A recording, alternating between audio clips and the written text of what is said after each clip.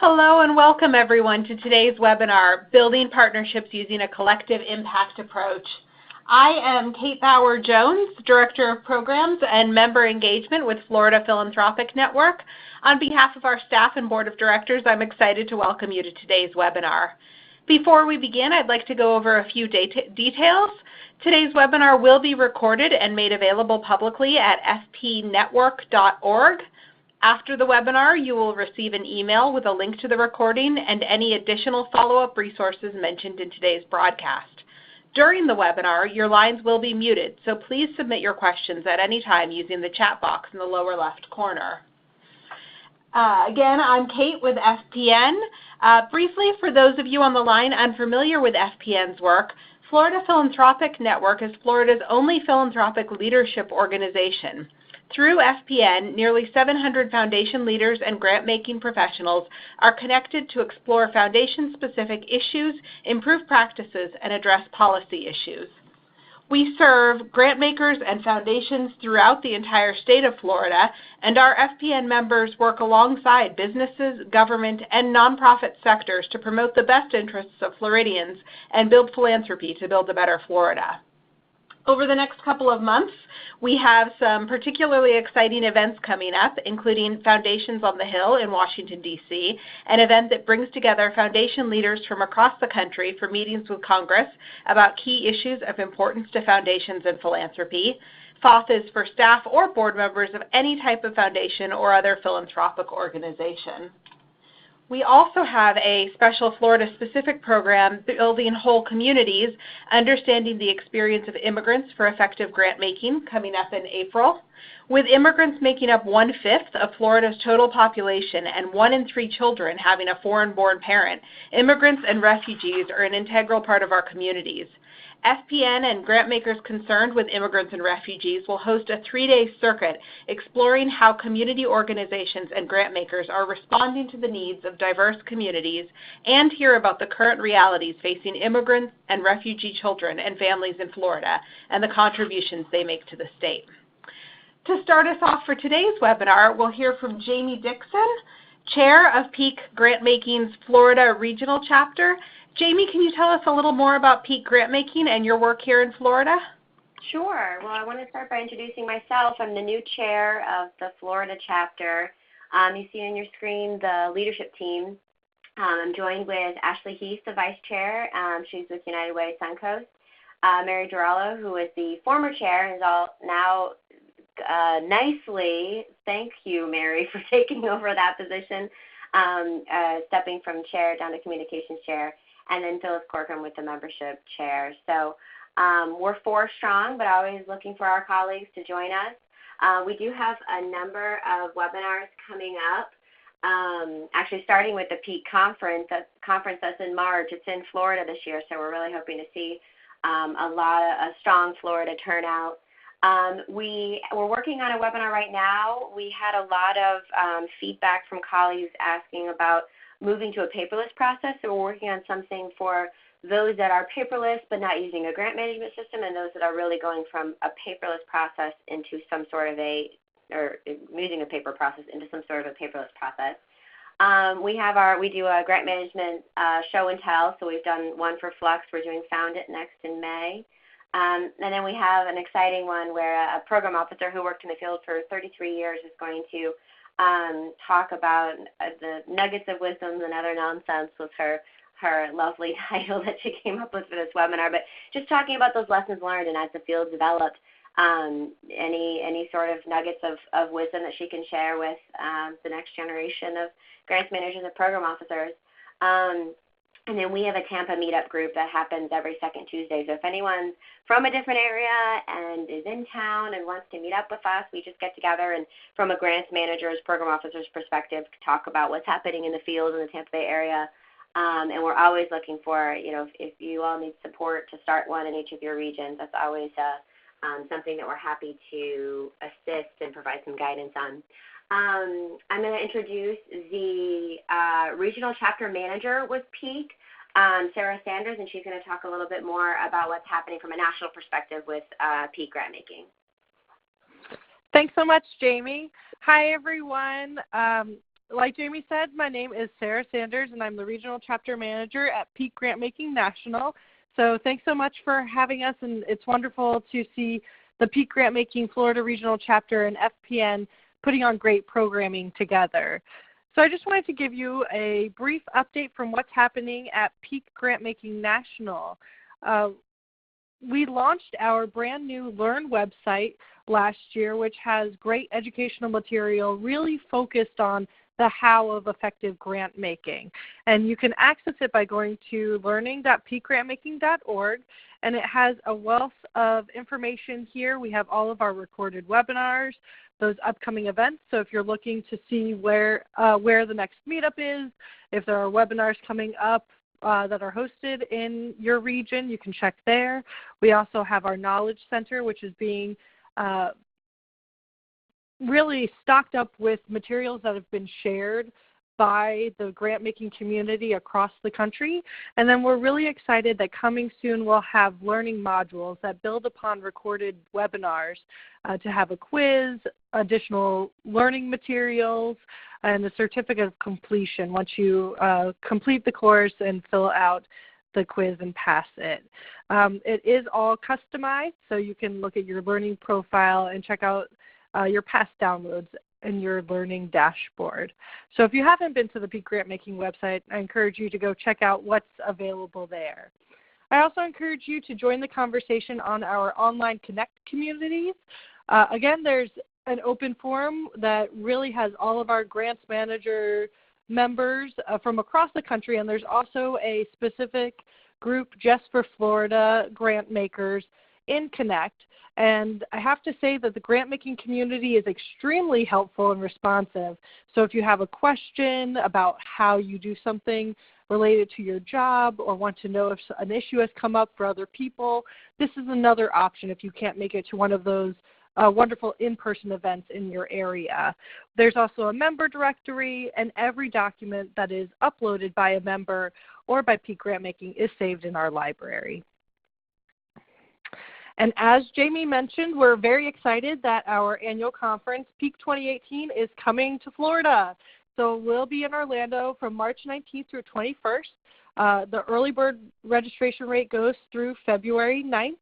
So definitely encourage you to think about coming. We do have scholarships available for those who find that the registration fee will be a burden to attend. So that is available on the website now.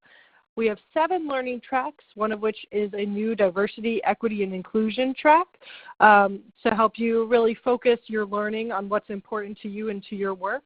And then, of course, there are a lot of great breakout sessions, roundtable discussions, and then our short talks and plenaries. And as Jamie mentioned, the Florida Regional Chapter will also have a chance to meet just as a regional chapter on the Tuesday morning of our conference.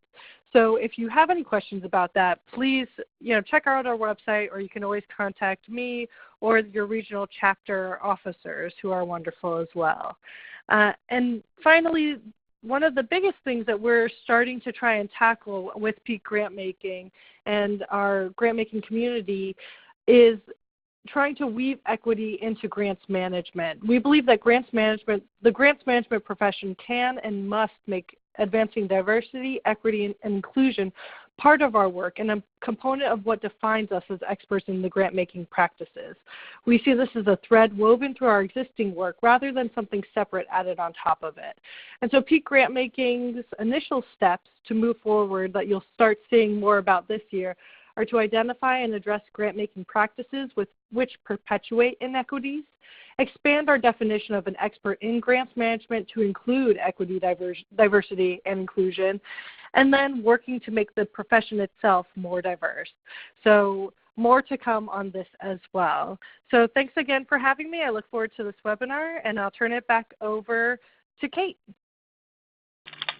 Great. Thank you so much for being with us today, Sarah. So on to the main part, and the reason that you're all here today, we are very fortunate to have Mireya Eavey join us to discuss how her team is not only working collectively with key stakeholders, they're seeing results in their work because of this approach. As the Sarasota area president of United Way Suncoast, Mireya creates long-term community economic development strategies designed to break the cycle of generational poverty and help children and families succeed. In addition to her role with United Way Suncoast, Mireya is the executive director of CareerEdge Funders Collaborative, an organization that connects funders, educators, employers, and community-based organizations to educate, train, employ, and promote employees. Mireya leads CareerEdge's mission to provide an exceptional labor force for growing industries by leveraging community assets and forming high-performing workforce partnerships. She plays a critical role in engaging the workforce and its employers to create better future opportunities for those currently employed and those moving into various workforce sectors. Mireya, the floor is all yours.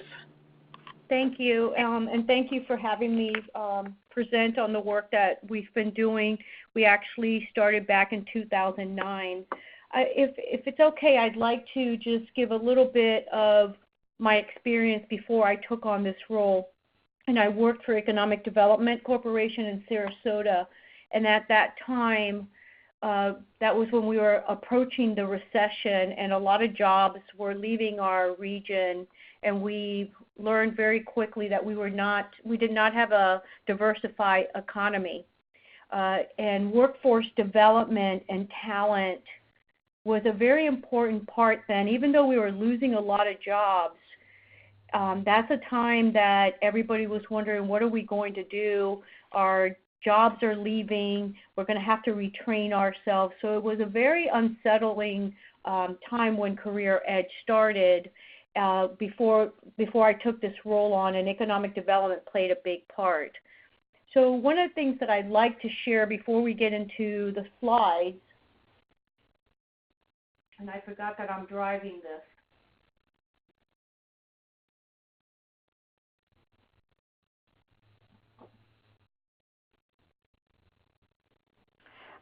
Is that I'd like to discuss, I think that what we want to talk about is how did this work start? How did we bring community impact into the work that we're doing? And CareerEdge started back in 2009 with many community meetings, and it originated in Bradenton. The Knight Foundation out of Miami seeded workforce development project in Bradenton with $1 million. It was at that time a part of it's called the National Fund for Workforce Solutions out of Boston, and they were designating workforce development sites across the United States, mainly in the Northeast region. Bradenton was the first one in the Southeast, and Knight funded cities that they were tied to their newspapers, and they found Bradenton to be an area that we were losing a lot of jobs, and the talent here did not have the skill sets during the time of the recession, and this was 2008, 9, 10.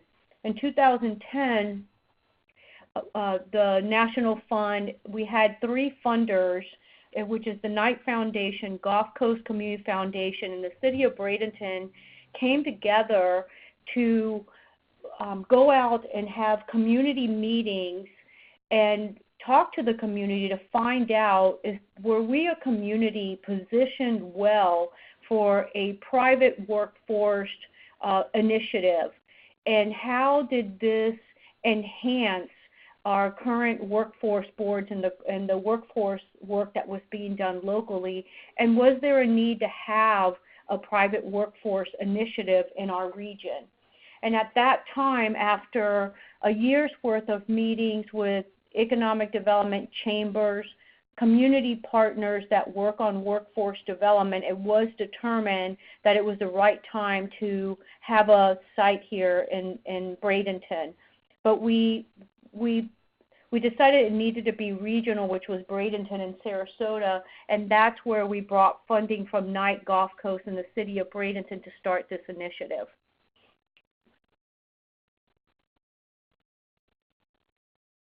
So a little bit about the CareerEdge approach and what attracted funders and our community partners about the work, and how is the CareerEdge model different than our traditional workforce system, and why was it important and something really good for our community to be able to have is, CareerEdge is a it's demand and need driven.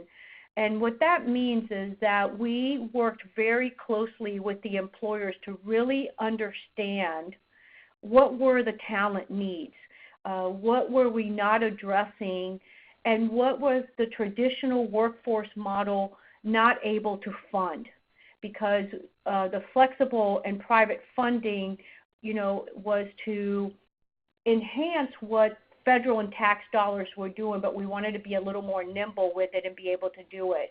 So one of the things that we also believed that was very important to do at the time is to look at the labor market and do research to determine where did we have jobs, where if we invested in training the people in our community, where were the jobs for them to be placed in. And I'll explain a little more why the research is very important to the work that we have done. CareerEdge focuses on solving problems that the business and workers face. So it's a two-pronged approach.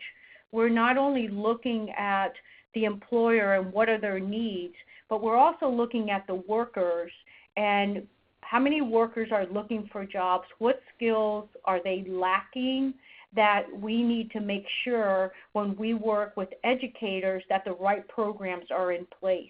So that two-pronged approach of really working with the employer and the business is very important. And I'll just give an example of why that's so important.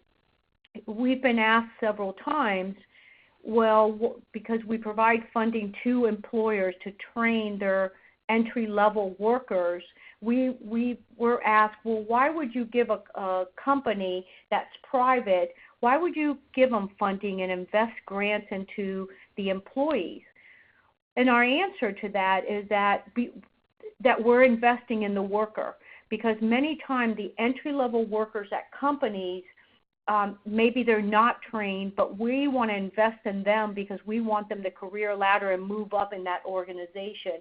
So we may be investing in the employer that we're providing them grant dollars, but we're really investing in that worker, because that worker is going to have that training, that certification, and they may be able to go work somewhere else at some point, but we've made that employee more valuable.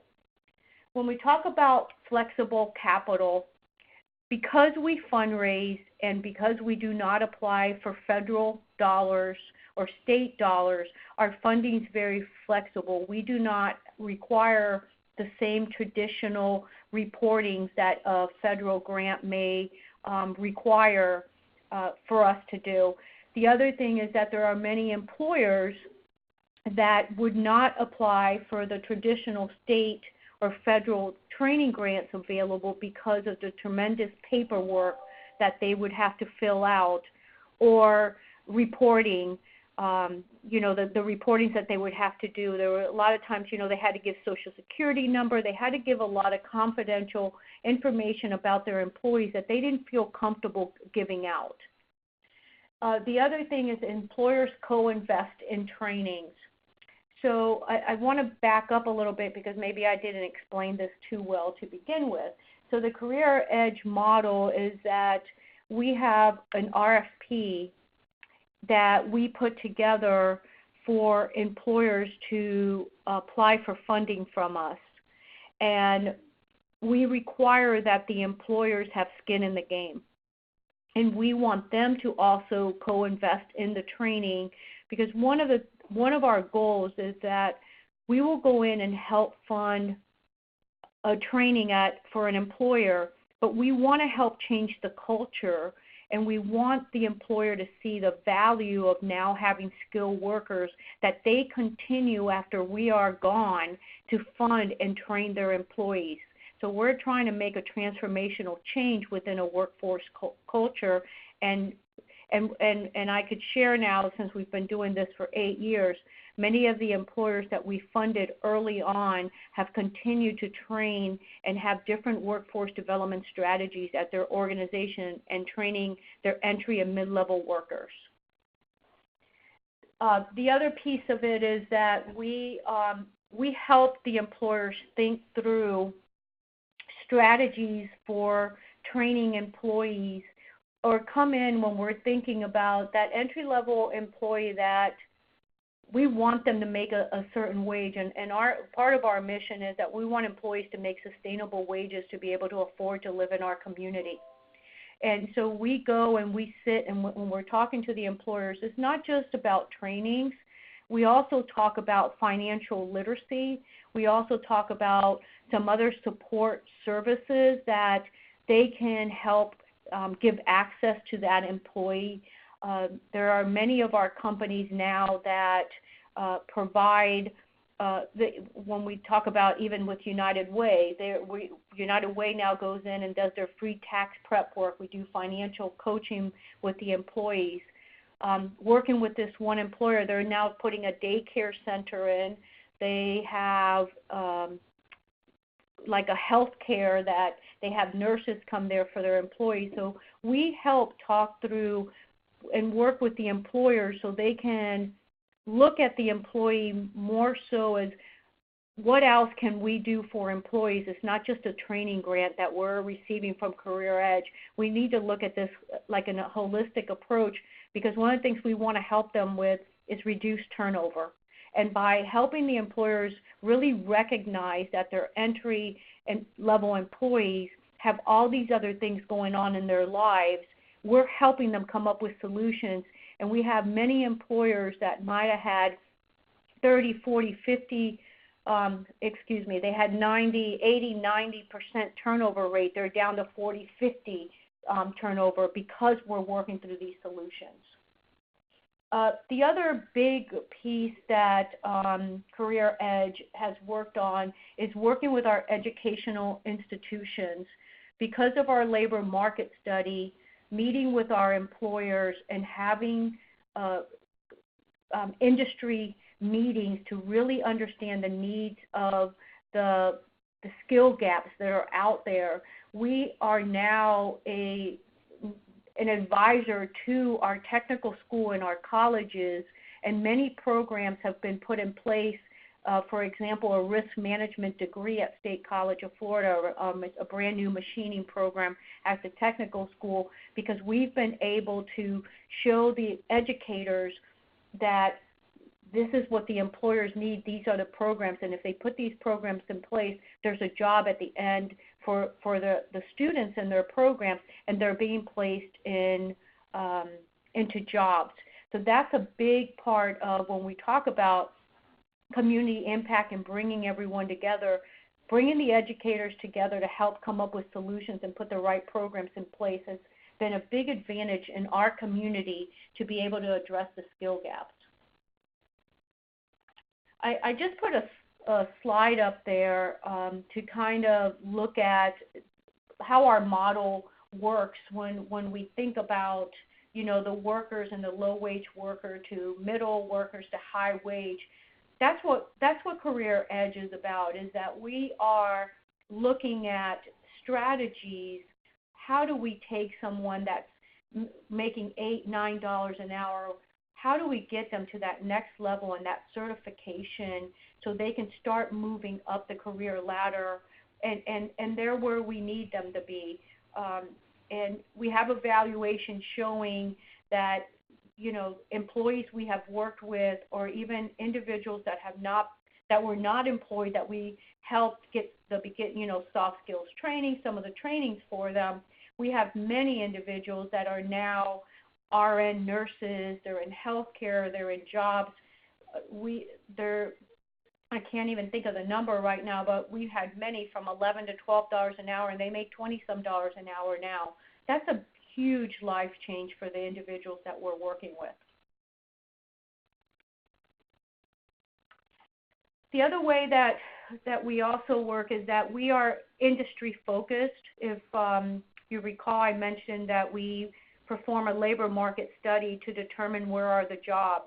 So we will focus on an industry, and we started off in healthcare in 2010 because back then that was the only industry really hiring, and moved into manufacturing, and then the other one, transportation, distribution, logistics. Construction that you see there, we are not talking about the day labor type construction. We are working right now that we have implemented with the technical schools fast track trainings in plumbing, air conditioning, the electricians. And the reason we're doing some fast track trainings is that that's another program that we met with the employers, and there's such a huge need right now. We don't have enough construction workers to meet the demands of our industry right now. And a lot of the employers said, they go to a 16-month program, but they need that apprenticeship job experience. So we worked with the technical schools to put fast-track trainings that they go to school for 10 weeks, they go to work, and then they go back to school, and we're able to help the employers get the employees that they need a lot faster. And they're learning in a different way. They're not just sitting in a class for 16 weeks without getting the practical experience that employers they want from the employee. So these are the industries that we have focused on. One that's not on here missing is financial services, because we have worked in insurance and IT.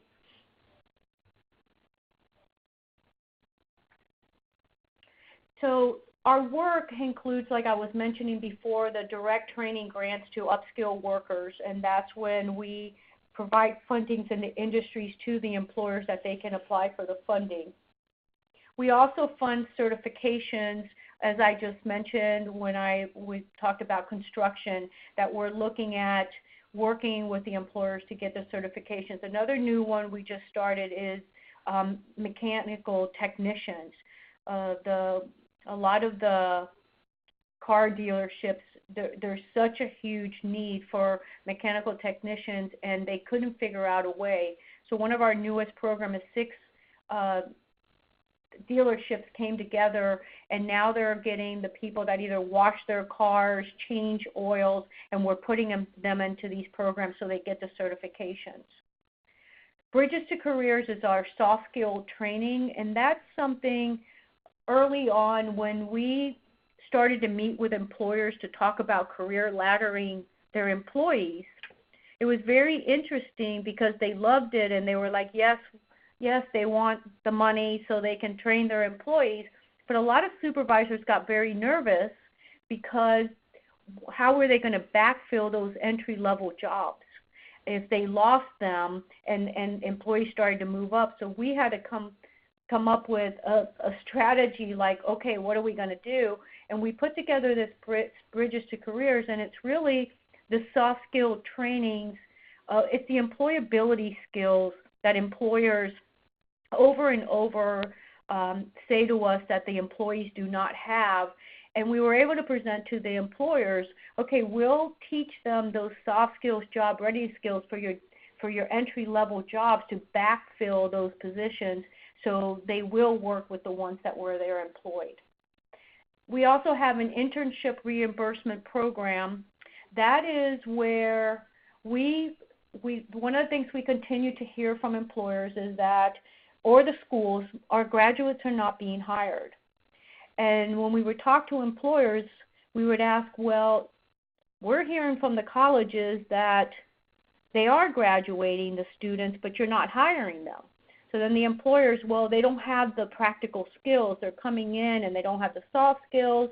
They don't have any of the, any work experience around the area that they were working on. So we decided that we needed to look at an internship program for the students in programs. So we went to funders and we asked if we could have a reimbursement program for the employers to ensure the employees get paid $10 an hour to go into an internship. And I know many may think, well, why would you do this? The employers are gaining an intern and it's benefiting the employer. What we found is that a lot of internships, you only have a small handful of employers that really know how to do an internship correctly, that it's a beneficial internship for that employee. And many employers are not big employers. In the area we live in, we don't have many big companies. And we believe that if an employer helps train the employee, it may not be that they're hiring them, but they're helping train that worker for someone else, and they're getting that experience. And the employer's not having enough staff to be able to take time off to really spend time with that intern to teach them the work that needs to be done in an internship. So that's where we came up with reimbursing that employer the $1,500 as I want to say a carrot or something to entice them that it's good for them to hire interns, but it also alleviated that employer from taking a productive employee to help an intern, and at that time that productive employee is not producing for that company. And it has worked out really well, and we have trained close to 200 interns, and many of them ended up getting hired or they're working somewhere else. So we're starting to see great success with that. The other thing that we do is that we provide workforce, the research and analysis. So when we did the labor market study, it's not just for us. It's for other organizations that are working. So we think of our partners and our community partners that are also working on workforce development. This also gives them a tool to be able to look at and say, okay, well, we're doing the right things and we're investing in the right trainings. So we share the research with other organizations that focus on workforce development as a tool for them, and also as a tool for them if they're fundraising, because a lot of times when you're writing grants, you need to know the data and analysis of the area. So we are sharing research to help other organizations, be able to win some grants too. We play a big role as a convener around workforce development issues. When we talk about doing community work, we're bringing all the other workforce entities together to talk about what are we trying to accomplish as a community around workforce development? How can we leverage each other? How can we use our resources together to have a common goal? We're right now in the process in Pinellas that we have started bringing together everyone that's working on workforce development and convened a meeting with all of them so we can kind of do an asset map of who's working on workforce development. And I don't like saying this because sometimes you do have to duplicate because there's a lot of people we're trying to help. But where is it good duplication, but maybe where can we align, and how can we fundraise together? How can we go into a project together because one organization has an expertise that another one does not have?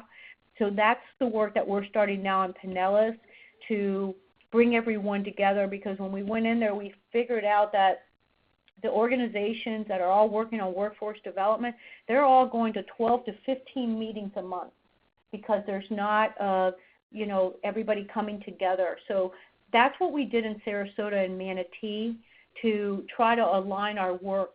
And I'll give an example. If we go and meet with an employer and we find out what their needs are, before we go back with solutions, we get with CareerSource, we get with economic development, or it may be the veterans organization. We bring the partners to meet with that employer to come up with a comprehensive plan to be able to meet those employee needs. I was talking a little bit about our outcomes with CareerEdge, and just to share with you, CareerEdge has always had 2 to 2.5 staff that does this work. And through 2016, we have always had a third-party evaluator that collects all the data from the employers of the work that they have done. So this is from a third-party evaluator, and you can see our numbers. And when we talk about that $8.1 million investment, So that's not just what CareerEdge invested, but that's what CareerSource probably gave some dollars for. That's the employer skin in the game. So it's the collaboration of funding that's gone into working on workforce development in Sarasota and Manatee counties. And when we look at that annual earnings gains, that's a multiplier effect. And what we look at are the raises, because one of the things when we provide funding to employers, part of the agreement is that they have to give a wage increase to that employee when they complete the training. So we measure wage increases, promotions, and new jobs when we're looking at that. So those are new wages and wage increases when you look at those numbers. So the other thing I'd like to point out is that we've trained 4,000 people, and that's really trained. That's not just that they walk through our doors. We don't have a door for anybody to walk through, but that's how many people we trained.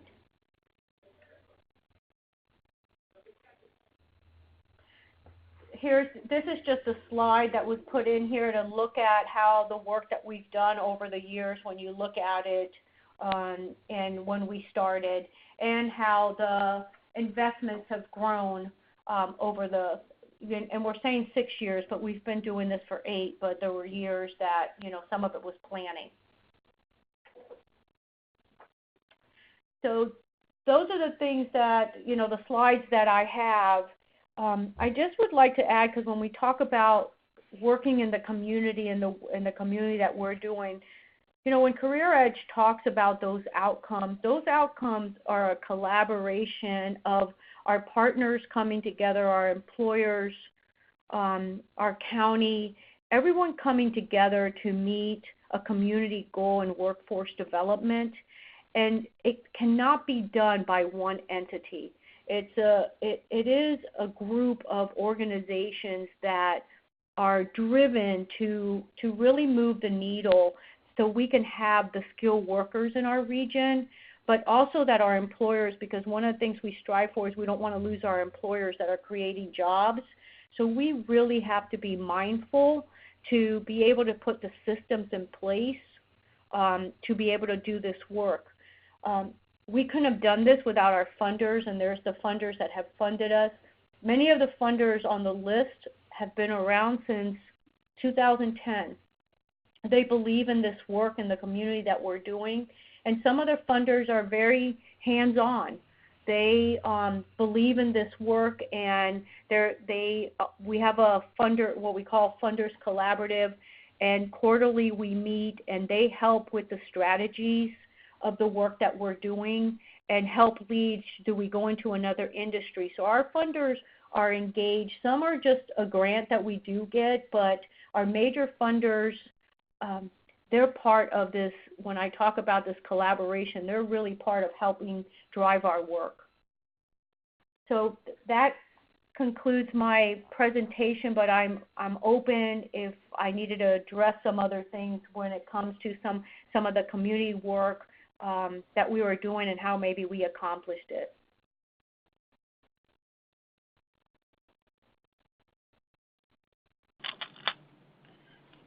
Mireya, I have a question for you. Can you talk about if you experienced any issues when you were first coming together, putting that group together, and how do you communicate the shared vision to help new partners understand their place in your collaborative efforts? Sure. So for the first question, and actually this is a little bit of a funny story. I actually worked for economic development, and when the National Fund had a consultant and they were here having the community meetings, I was one of those skeptics that wondered, why did we need another workforce initiative in the region, right? I didn't understand it till I really started to understand the piece of the flexibility, because my role at the EDC was workforce development, and the employers were really challenged that they didn't qualify sometimes for the federal funding. I think the challenges were around not understanding what was the role that CareerEdge was going to play in the community. And then you have the natural challenges of territory. If they come here, what does that mean? Does that mean I'm not going to receive funding because now CareerEdge is having funding? So it was a continuing to go out there and assure our partners that we're also a funder, because we also fund intermediaries and other organizations that's working on workforce development, address those things. We publish a newsletter that we just had a newsletter come out. In our community, we have what we call a jobs event, where we talk about the work that we've done, the accomplishments that our communities together have accomplished. We publish publications of our evaluation, which everything's on our webpage. And so you can see our outcomes, our communication. We do a lot of social media, Facebook, because the other thing we try to do is promote other organizations or other efforts around workforce development, and we want the message to get out there. So I hope that answered your question. Yes, thank you. That's really helpful. If anyone else has any questions, please feel free to type them in the chat box on your screen, and we'll make sure that we get them out there.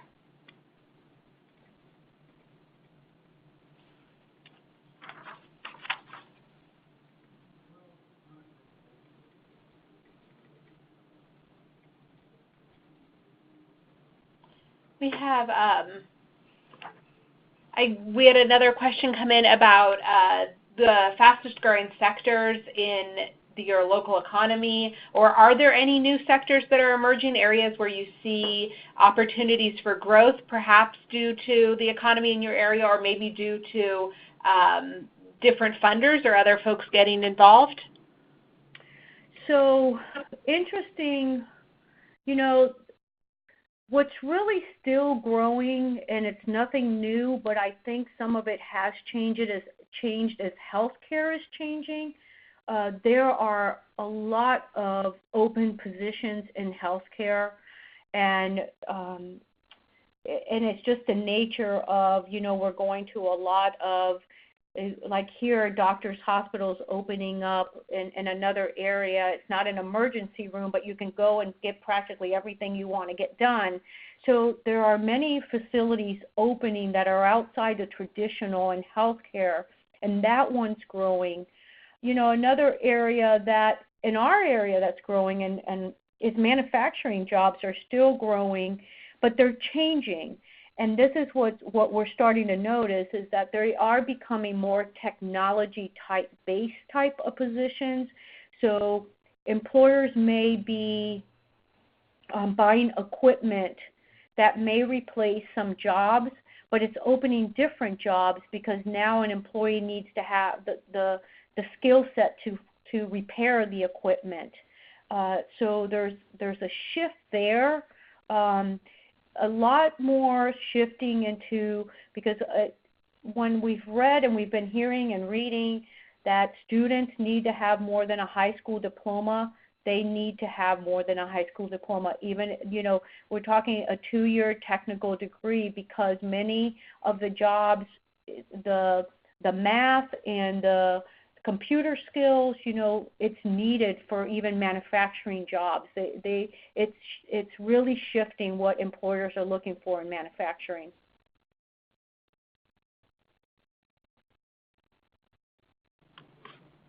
That's really interesting and speaks to your need to be adaptable and responsive too. So thank you. One last call for questions. Does anyone have anything else that they'd like to hear about or speak to directly?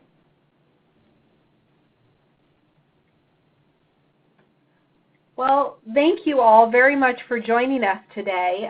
Please remember, for future resources and events, for all of our upcoming events, visit us at fpnetwork.org or visit our friends at Peak Grantmaking.